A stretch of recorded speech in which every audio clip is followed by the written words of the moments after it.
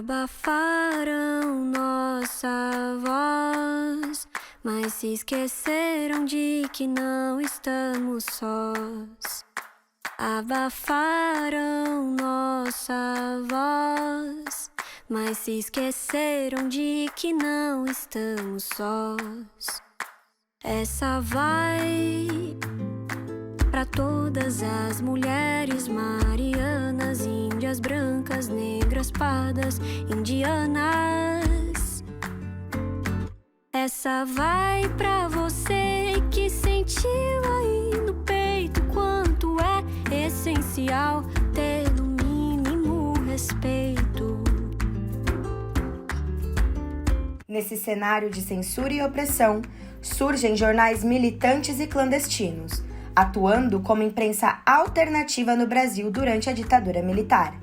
Dentre eles, os jornais feministas Brasil Mulher e Nós Mulheres, na capital paulista no período pós-1975.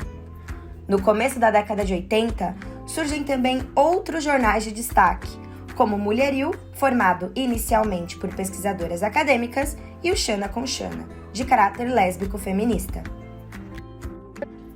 Todos eles foram comercializados como forma de oposição ao regime através dos movimentos populares, em eventos ou na sede das organizações. Eu acredito que algo além ditadura estivesse ali como um ponto importante do contexto. Em 1975, a ONU institui esse ano como o Ano Internacional das Mulheres e a década, até 85, como a década da mulher. Então havia um contexto não só brasileiro, mas internacional, que dava suporte a que esses debates acontecessem de uma forma muito plural, muito forte, socialmente falando. Mesmo com a ditadura em curso, havia uma temática sendo discutida além desse grande inimigo, né, que era a ditadura militar. Não se podia falar sobre democracia, e era isso que os movimentos feministas e os movimentos de mulheres abordavam. Não se poderia falar de democracia se não houvesse também as mulheres ali sendo colocadas, as opressões com as quais as mulheres conviviam cotidianamente. O jornal Brasil Mulher era popular em Paris, lido por exiladas militantes e estudantes do Círculo de Mulheres de Paris, estando ligado a diretrizes esquerdistas, como o Partido Comunista do Brasil, a Ação Popular Marxista-Lenista e o Movimento Revolucionário 8 de Outubro.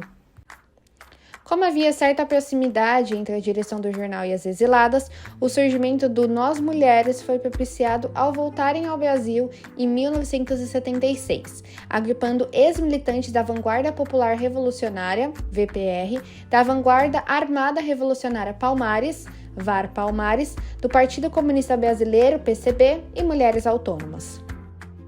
E o Nós Mulheres especificamente, o coletivo, né, o grupo que publica esse jornal, tinham muitas ex-exiladas que tiveram na Europa uma discussão muito grande sobre esse debate dos feminismos.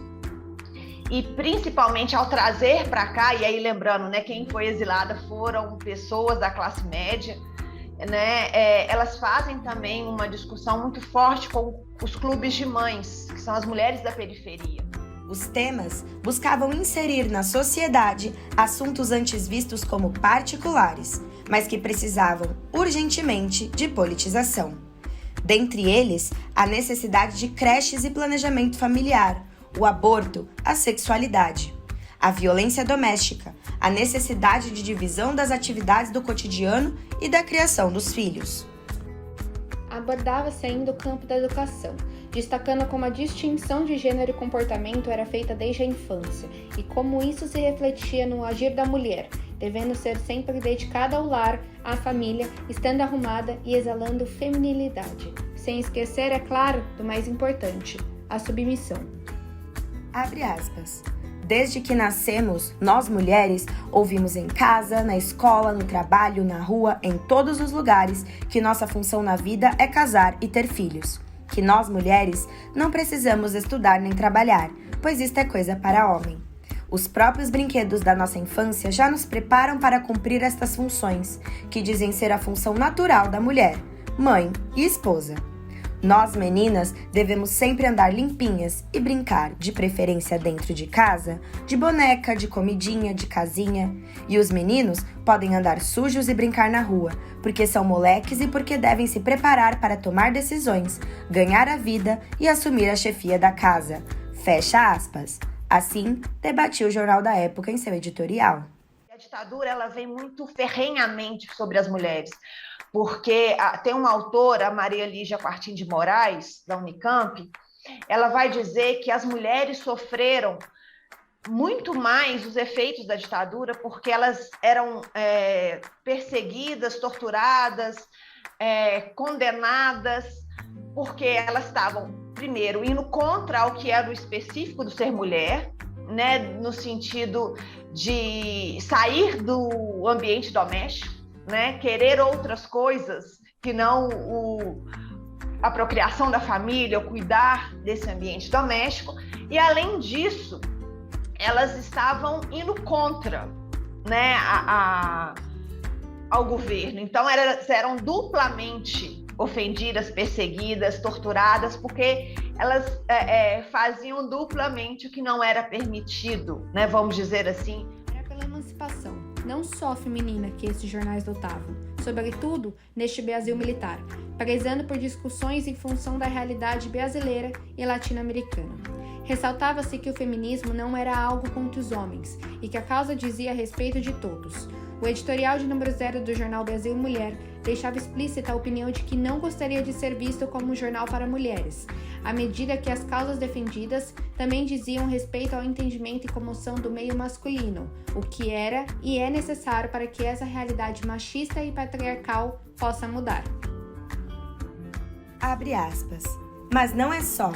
Nós mulheres queremos, junto com os homens, lutar por uma sociedade mais justa, onde todos possam comer, estudar, trabalhar em trabalhos dignos, se divertir, ter onde morar, ter o que vestir e o que calçar. Fecha aspas. Assim, destacavam nós mulheres.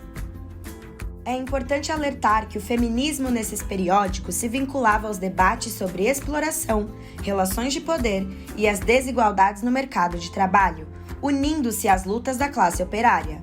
Isso ajudava a torná-los ainda mais compatíveis às mulheres das periferias das grandes cidades.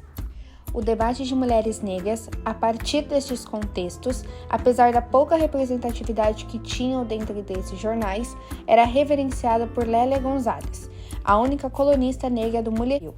Nessas oportunidades, trazia também a percepção de como a ideia de um sujeito feminino universal era rasa. E uma das grandes estudiosas de Beauvoir naquele momento foi Lélia Gonzalez. Lélia Gonzalez, ela é filósofa, tradutora, então ela tinha muita afinidade com os trabalhos de Beauvoir, e vai ser a Lélia que vai trazer justamente que não era possível se pensar o debate de gênero sem pensar na raça também, e sem trazer a classe junto. E a Lélia, que foi fundadora do Movimento Negro Unificado, que foi uma das fundadoras do Coletivo Nizinga de Mulheres Negras do Rio de Janeiro, que é uma das grandes referências para mim, tá aqui inclusive, né, atrás. Ela vai dizer como que pensar o debate sobre mulheres é impossível se a gente não colocar classe, se a gente não colocar raça. E ao longo do tempo, é claro que hoje a gente tem outras categorias sociais que vão estar inseridas aí nesse debate interseccional. Tem territorialidade, tem sexualidade, tem idade, e aí vai várias. Mas o importante é que naquele momento já havia essa percepção. Apesar da exclusão racial que o movimento feminista apresentava e continua apresentando no país, ignorar a luta de mulheres pretas contra a ditadura é ignorar parte fundamental da história, não só das mulheres, mas do Brasil. Por isso, falar de jornalismo contra-hegemônico feminista é dar espaço e coragem a todas, sobretudo numa época em que o terror, a tortura e a perseguição faziam parte da rotina. Nesse sentido, o jornalismo atuou e sempre atuará como força de resistência, debate e luta. Não nos calarão e jamais calaram.